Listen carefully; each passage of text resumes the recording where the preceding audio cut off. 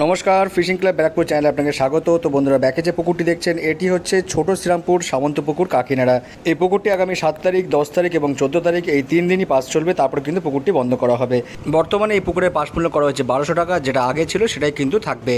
ছাতু এবং পাউরুটির টোপ আপনারা ফেলতে পারবেন, 4 গাছা করে ছিপ, কাটার কোনো বিধিনিষেধ এখানে বলা হয়নি। টোটাল সিট সংখ্যা এই পুকুরে 22টি।